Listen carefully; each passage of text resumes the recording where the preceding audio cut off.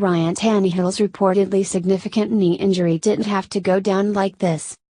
Life as an unlicensed medical professional is substantially easier with the benefit of some finely tuned hindsight goggles, but it sure does look like the Dolphins really messed up with the Ryan Tannehill injury situation.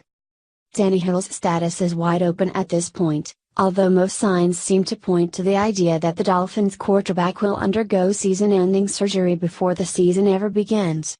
Tannehill was wearing a brace on his left knee during training camp practice on Thursday and landed awkwardly during a non-contact situation that left him limping to the locker room, the worst possible sign for a guy who suffered a partial tear of his ACL during Week 14 against the Cardinals. The Dolphins elected to allow Tannehill to rest and recover from the late-season injury instead of undergoing a surgical procedure in early December. There is no hindsight here. Having the ACL surgery before the 2016 season ended would have had Tannehill prepared to play by the time training camp rolled around in 2017. We have seen examples of quarterbacks recovering quickly from such injuries, including Carson and Joe Flacco in the last 5 years alone. The ACL is a fickle beast, but it is a treatable issue if you have enough time. Miami had time, and Tannehill had time. Maybe they hoped he could recover in time to play in the playoffs. Maybe the partial tear was not significant enough, a weird thing to say, that rest and recovery could help Tannehill get back in time for full off-season activities. That feels as short-sighted as the Colts believing Andrew Luck could recover from a shoulder injury over the course of 2 years instead of biting the bullet and having a surgical procedure done. It's particularly bizarre given the wording used by one source to ESPN's Adam Schefter, who called Tannehill's knee a ticking time bomb. One source said Thursday that, because Tannehill did not repair his partially torn ACL during the off-season, his knee was a ticking time bomb that was going to go off at any time. For those of you scoring at home, time bombs are very bad. You do not want a knee to be a time bomb.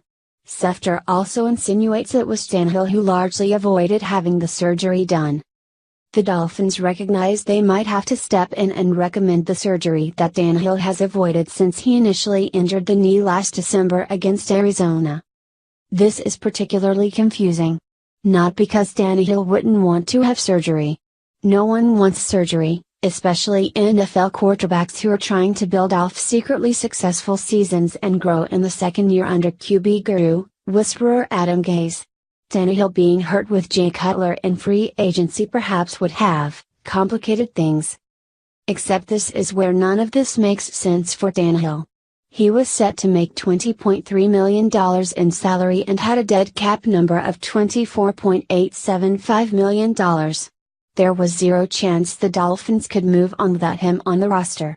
It would have been prohibitive. Barring an off-season injury, Tannehill was going to be the quarterback in 2017. Next year is a whole different ball game though. The Dolphins have an out in their contract after 2017, when Tannehill's salary becomes $19.8 million and his dead cap number drops to $4.6 million. If Miami decides Tannehill is not a franchise quarterback after 2017, they can move on from him with limited repercussions.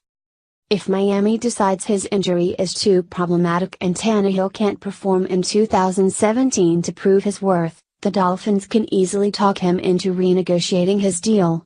If Cutler joins the roster on a 2-year deal and plays really well, Tannehill might find himself in the same situation as Teddy Bridgewater, albeit with less health issues.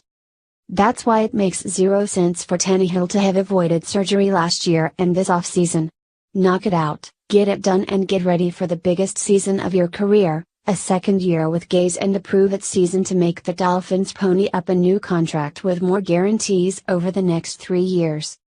Instead, Tannehill opted not to have surgery, and the Dolphins opted not to aggressively prod him into having surgery. And here we are, just 4 weeks out from the start of the season with Miami's quarterback situation completely clouded for the present and even more murky for the future. Yeah.